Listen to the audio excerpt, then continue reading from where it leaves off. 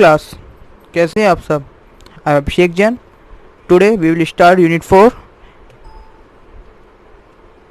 Entrepreneurship skills which is a part a employability skill.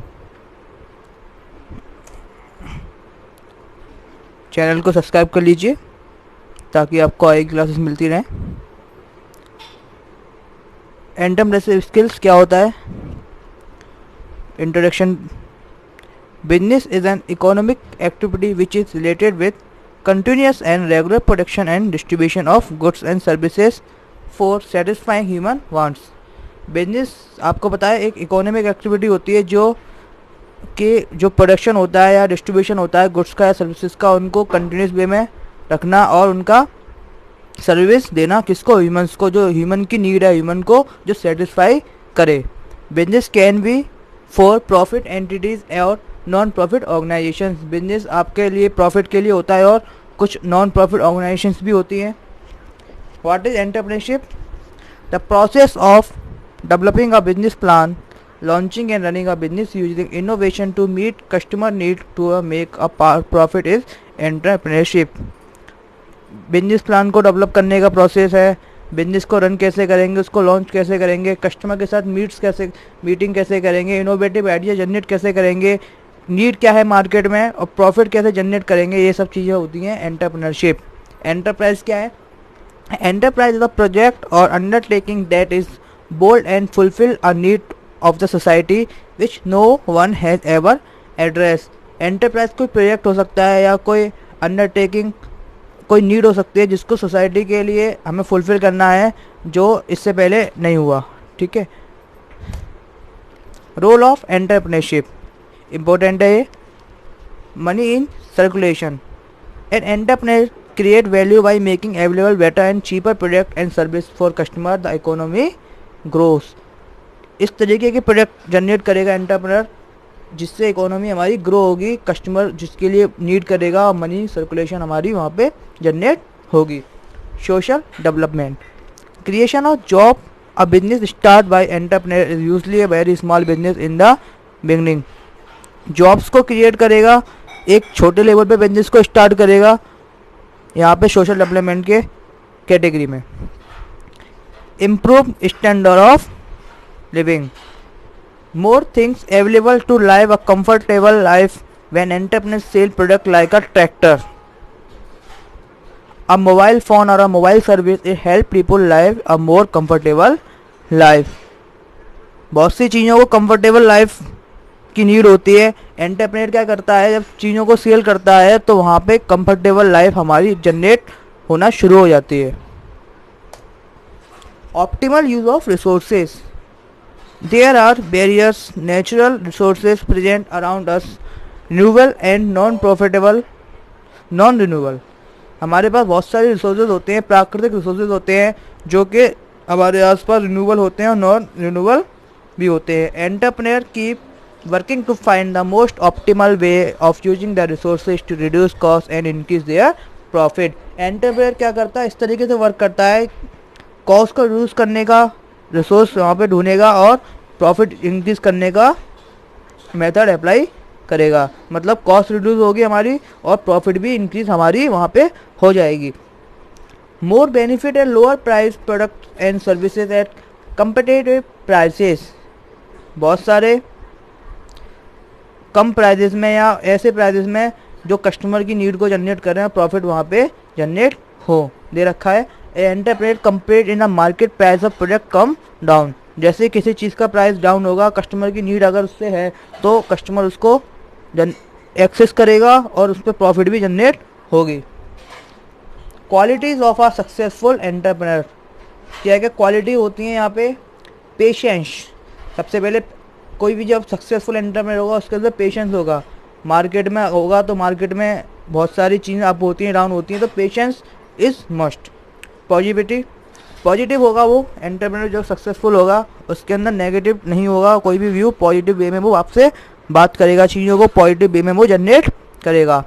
Hard working, never giving up and percent. Hard working होगा, कभी कोई भी difficulty task होगा तो उसको छोड़ेगा नहीं, उसको वो किसी ना किसी मेथड से वो उसको कंप्लीट करेगा. कॉन्फिडेंस, बिल्कुल कॉन्फिडेंस होगा। Open to trial and error, हमेशा चीज़ों को ट्राई करेगा, गलती होगी उसको सुधारने की कोशिश करेगा, इस मेथड पे वो काम करेगा। क्रिएटिविटी एंड इनोवेशन, अच्छी जो तो क्रिएटिव होगा और इनोवेटिव आइडिया उसके पास होंगे, तभी वो सक्सेसफुल एंटरप्रेन्योर हमारा होगा। कैरेक्टरिस्टिक्स क्या होती हैं? Ability to take up risk, उसके पास रिस्क लेने की एबिलिटी होगी। Believe in hard work and discipline, hard work और डिसिप्लिन में बिलीव रखेगा। Adaptable and flexible to achieve the goals of enhance quality and customer satisfaction, goals को achieve करना, फ्लेक्सिबल तरीके से काम करना और कस्टमर को सेटिस्फाई कैसे करेंगे ये वहाँ पे उसके लिए ज़रूरी है। Knowledge of the product and service and their need of demand in the market, product क्या है उसकी नॉलेज होनी चाहिए और मार्केट में डिमांड क्या है, कैसी डिमांड है मार्केट में, सर्विस कैसी है, इस चीज़ के बारे में उसको पता होना चाहिए। Financial literacy and money management skill, finance account और मनी मैनेजमेंट किस तरीके से करना चाहिए बिजनेस में, सारे स्किल्स उसके अंदर होने चाहिए। Effective planning and execution, planning should be effective, मतलब प्लानिंग जिस तरीके से करेगा वो कारगर होनी चाहिए, काम करनी चाहिए हमारी, और एग्जीक्यूशन भी उसी के तरीके से होना चाहिए। What is wage employment? In case of wage employment, there are always two parties. One is known as the employee and the other is the employee.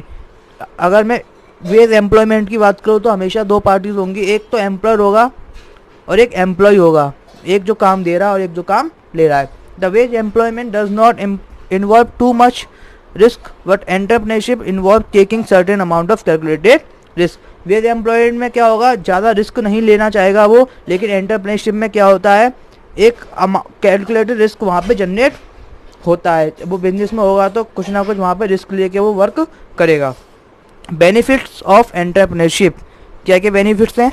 Do want you are interested in, किस चीज़ में आप interested हो ये हमें पहले पता होना चाहिए, उसके बाद ही हम उसमें कुछ आगे कर पाएंगे।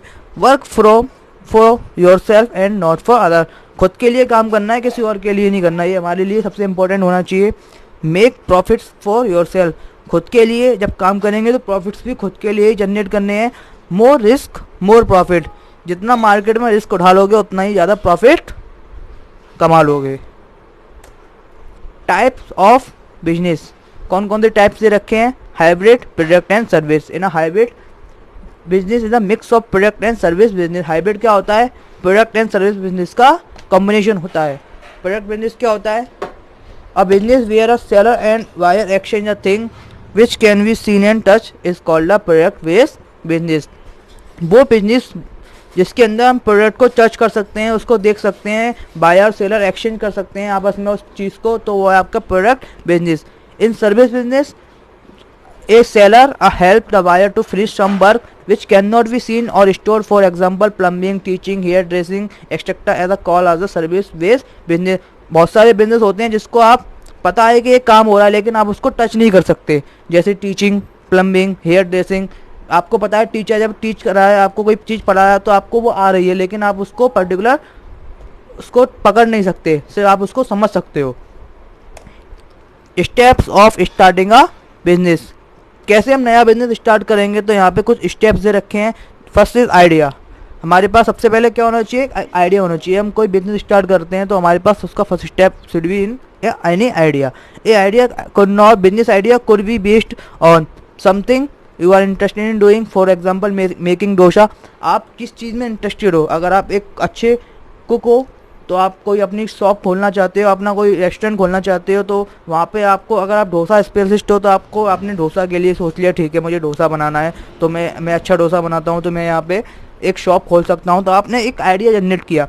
सेकंड पॉइंट इज अब need you see in a market, market में नीड क्या है? जैसे for example tasty food next to the station, station पे टेस्टी फूड कौन सा है? Getting money and material. फिर जब आपके पास आइडिया आएगा तो आपको मनी भी चाहिए और मटेरियल भी चाहिए। जब आपने आइडिया जनरेट कर लिया छोटे लेवल से, हमारे पास मनी भी होनी चाहिए कुछ, और उसके लिए मटेरियल भी हमारे पास होना चाहिए ताकि हम अपना बिजनेस स्टार्ट कर सकें। अंडरस्टैंडिंग कस्टमर नीड्स, कस्टमर की नीड समझनी है। यहाँ पे जब आप स्टार्ट करना शुरू कर देते हो बिजनेस तो वहाँ पे आप कस्टमर की नीड समझोगे, कस्टमर को क्या चीज़ पसंद है क्या पसंद नहीं है। लास्ट पॉइंट है आपका इम्प्रूव प्रोडक्ट एंड सर्विस। आपका कोई भी प्रोडक्ट है या कोई भी सर्विस है तो आपको ये पता होना चाहिए कस्टमर उसको कितना पसंद करता है और उसको वो पसंद कितना नहीं कर रहा है। तो आपको उस कस्टमर की रिव्यूज़ और कस्टमर की आपको उसमें पॉइंट ऑफ व्यू से आपको उसमें चेंजेस भी करने चाहिए अगर आप उन चेंजेस ज़रूरी हैं तो। जैसे एग्जांपल यहाँ पे दे रखा है, प्रीम्स कस्टमर्स लाइक वैरायटी। जो प्रीम्स के कस्टमर्स हैं उनको उसकी वैरायटी पसंद है, जो भी उसने यूज़ कर रखी है। अगर उसकी आइसक्रीम की शॉप है या उसका रेस्टोरेंट है, जो भी अगर उसको कस्टमर को जो भी चीज़ पसंद है तो वहाँ पे जैसे हम बोलते हैं ना फीडबैक, हमारा फीडबैक क्या है। अगर हम कहीं भी हम अगर खुद कस्टमर है तो हमें हमारा भी फीडबैक है तो हम उसको मैनेजर को बता सकते हैं कि आपके ये चीज़ अच्छी है, ये चीज़ अच्छी नहीं। तो ये भी चीज़ हमारे बिजनेस के लिए इम्पोर्टेंट है। तो हमें जब भी हम कोई भी बिजनेस स्टार्ट करते हैं तो हमें इन सारे पॉइंट्स के अकॉर्डिंग अपना माइंड सेटअप हमें करना चाहिए, बिजनेस में सारे पॉइंट्स को फॉलो करना चाहिए। Thank you class. तो ये आज की क्लास थी, अब मिलते हैं आपको अगली क्लास में।